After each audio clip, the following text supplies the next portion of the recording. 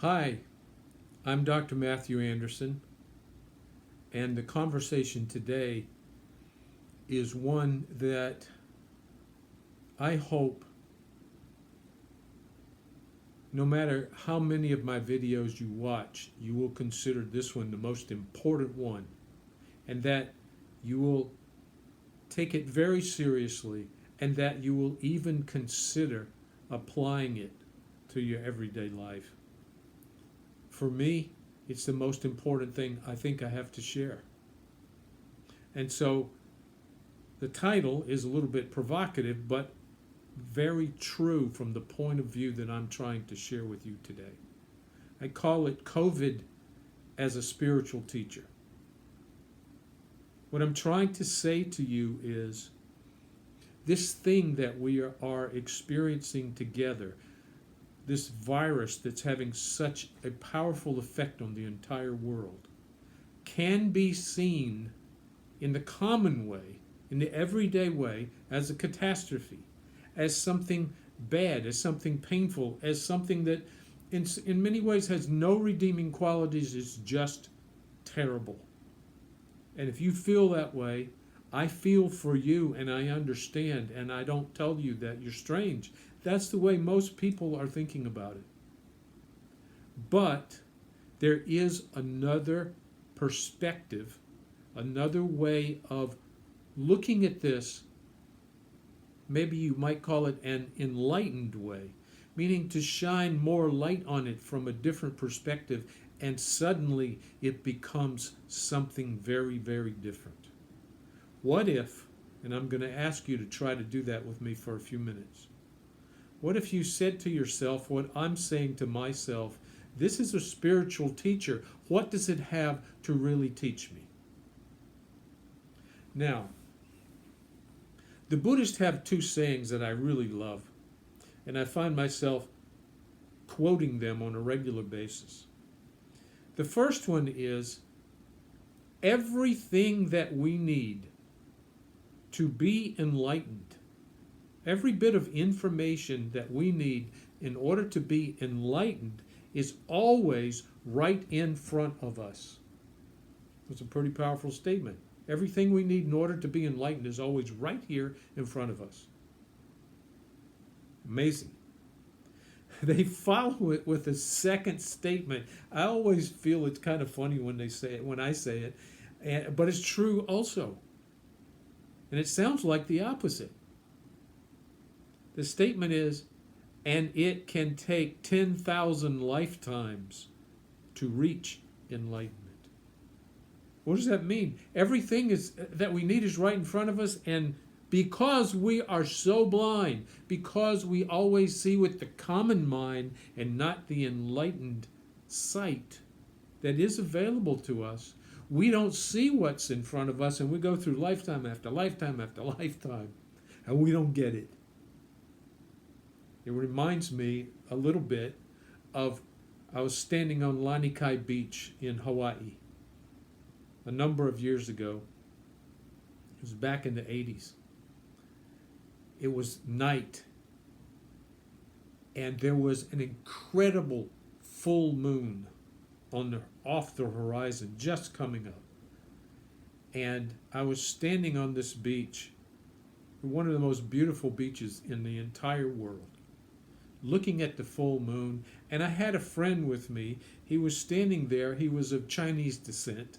And he said to me, "Matthew, can you see the rabbit in the moon?" Now, I'd never seen the rabbit in the moon. I'd seen the man in the moon. I used to love to take photographs of the full moon. I've looked at the full moon and looked at the man in the moon ever since I was a child. But I didn't see a rabbit. And I said, "Wait, there's a rabbit in the moon?" He said, "Yeah. All the Chinese in the world see a rabbit in the moon." I said, "No, I don't see it. I can't believe this." He said, "Okay, let me try and help you." So he stood there and showed me and pointed things out. And I saw it.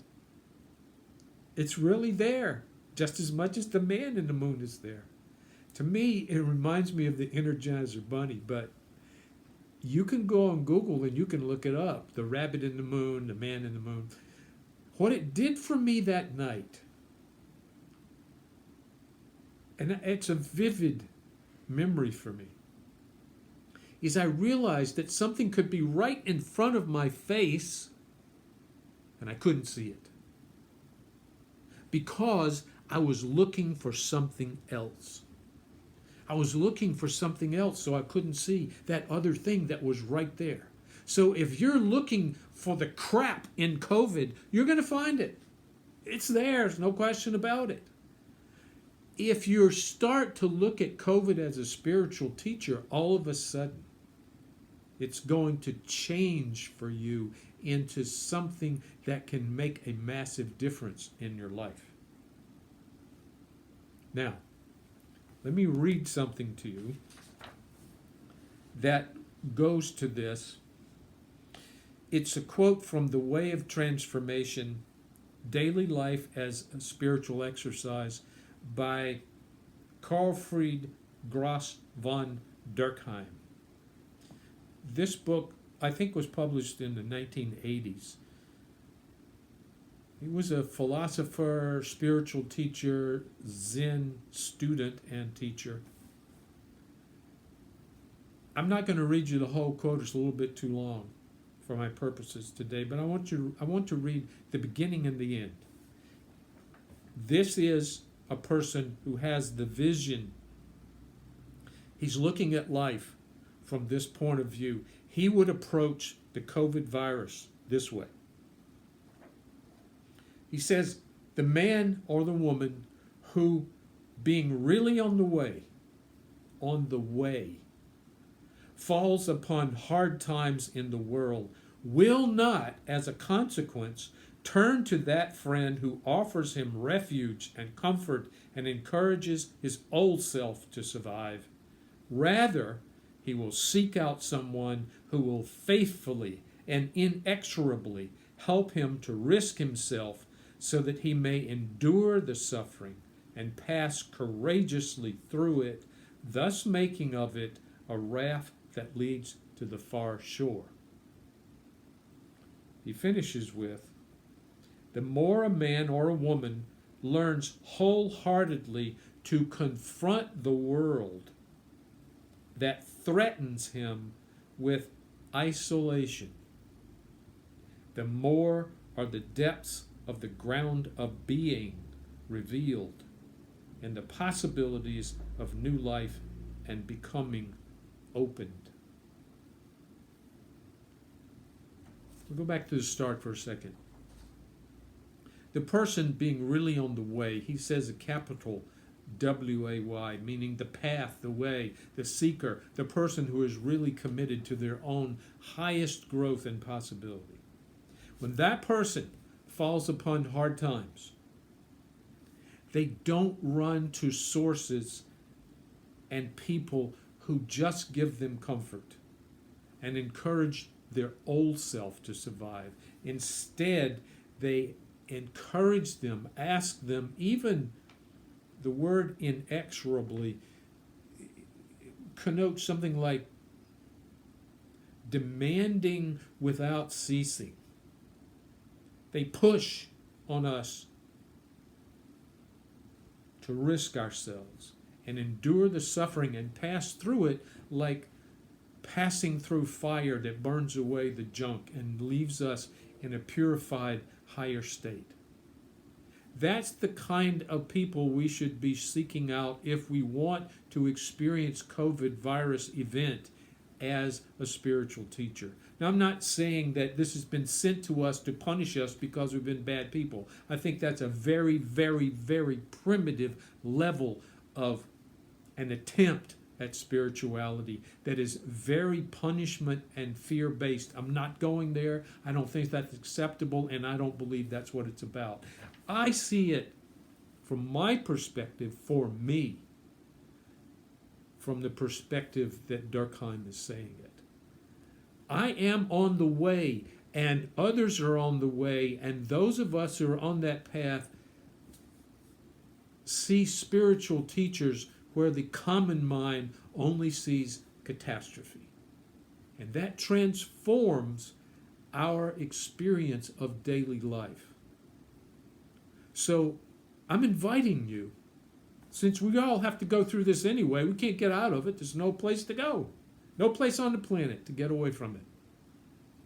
Instead of hiding from it, let's embrace it at a new level with new sight that says, wait a minute, what if it's a spiritual teacher? What if this experience has something to offer me that can move me to giant steps of new life and new ways of being? So the question, and you'll have to forgive me, I'm looking at my notes here on my phone. What lessons is this virus trying to teach you? What lessons is it trying to teach you? The next question is, that goes along with that. What parts of you are emerging as you travel through these difficulties? That's a really important spiritual lesson. What's coming out of me as I'm going through this? What is this teacher demanding that you face in yourself? Now here's some questions you want to ask if you want to use this as a teacher, a spiritual teacher. What lessons is the virus trying to teach you? What parts of you are emerging as you travel through these difficulties? What are you being forced to face about yourself? Here's some ways of looking at it. Is this experience, this teacher, revealing your compassion and your patience, or your irritation and your judgment? Is it revealing to you your compassion and your patience for yourself and for other people? Or have you become more irritated and judgmental? It's a good question to ask. Not an easy question to answer, but it's a good question to ask. Are you seeing your loving self or your selfish self? Are you beginning to see your loving self emerge or your selfish self emerge? That teacher wants to know. You walk into the grocery store and you say to yourself, I've got to get to the toilet paper and the paper towels before everybody else. Get the hell out of my way. I got to get what I want. Or am I saying something else? Maybe I'm there to get something for someone else, and I'm willing to share, and I'm willing to leave something there for other people. It's a spiritual lesson. Are you reaching out to others? Is this an opportunity to reach out to others? Or are you into hiding until it's over? A lot of people are just withdrawing from life because they feel overwhelmed by it, because they don't really understand yet how to see it from a transformed perspective. But you ask these questions and try to come up with honest answers, things are going to change. Another question, are you sinking into the quicksand of negativity, or are you using this experience to become more grateful? As I said before, it's easy to look around amid all of this event and say, this is bad and that's bad and this is bad and that's too bad and this is powerfully terrible and this is negative and that's negative. You can do that all day long and you can be right. The spiritual path, my friends, is not about being right. If that's where you find yourself, you're going to work on 10,000 lifetimes before you get there. Trust me, I have been there, and every once in a while, I want to go there too. I want to be right. Oh, so much right I want to be. And then I think, that's a waste of my precious time. I don't want to be 9,900 lifetimes before I get it. I'd like to get it like now or pretty soon, right after now. So I know one thing.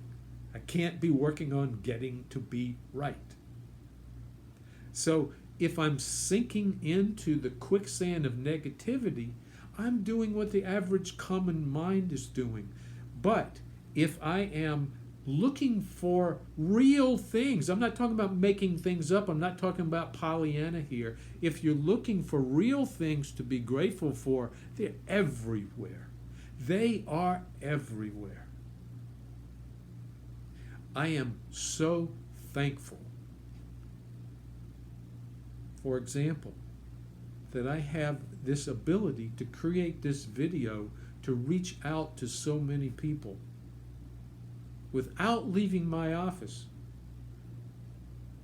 without having to put on gloves and a mask to reach you. I can talk to you intimately and personally because of the technology that created this. I am so thankful for it. It really moves me every single time I sit down in front of this. I do not take it for granted. I know I can reach out to you in a very personal way because of it. And the list of gratefulness is endless. You could start, if you want to be transformed by this, every time you're tempted to think of something negative today about this experience, hold it.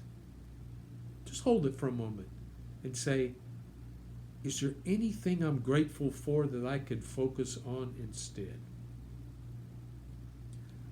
Now, if you are imagining that you can go back to the person that you were before this all occurred once it's over, if you think that, you will be wrong. You and I, all of us, will always be affected by what we become in the midst of this crisis. The Chinese use two characters to define the word crisis. Two characters to define the word crisis. They go together. The first character is danger. In crisis, there is danger. The second character is opportunity. In crisis, there's danger and there's opportunity. If you face the reality that you're not going to be different, you're not going to be the same after you go through this, and the reason you won't be the same has to do with what you allow, what you give birth to in yourself as you're passing through it. It is a birthing process. And if you birth negativity and selfishness and hiding and judging others and losing compassion, you're not going to like the person that you have been and are becoming when you pass through it. But if you say to yourself honestly, courageously, what if I see this experience as my spiritual teacher? It's not kidding. It's bringing me something that's really meaningful. And I choose to give birth in myself during this time to the best parts of me, to my compassion, to my understanding, to my sensitivity to others, to my generosity, to letting go of judgment, to forgiveness, to care, to love, to being grateful, to a willingness to have a new vision of how I see this life and the things that occur in it. I promise you, my friend, you will come out a new being, and you will have skills that will take you through every single difficulty that is to come in your life, and I'm telling you, this will not be the last one. It won't be the last one. But you will have a set of tools, a technique, a way of being, a way in the way Durkheim said it, which is the way of transformation. As I said before, if you've gotten this far, I'm hoping that this really means something to you. It may be the most important thing that I have to say to you in these weekly videos that I'm doing. There will be more after this one. If you have to pick one, listen to this one. Take it into your heart. envision this experience as a spiritual teacher that is here to help us move through the fire of purification and come out something on the other side, to give birth to something on the other side that is incredibly special, incredibly wonderful.